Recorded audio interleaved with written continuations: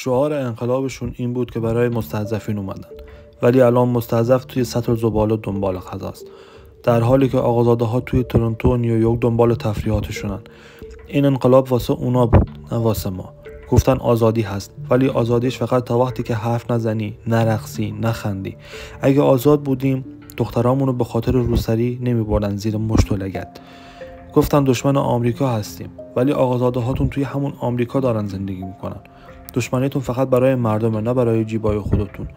گفتن نظام اسلامی هستیم. اسلام یعنی عدالتی که شما هرگز نداشتید. اسلام یعنی دروغ نگفتن، حق مردم رو نخوردن. شما فقط از خدا استفاده کردید واسه خفه کردن ملت.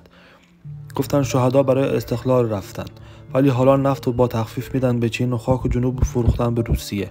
شهیدا برای ایران رفتن، نه برای اینکه مملکت رو بفروشید. با امید نابودی جمهوری اسلامی.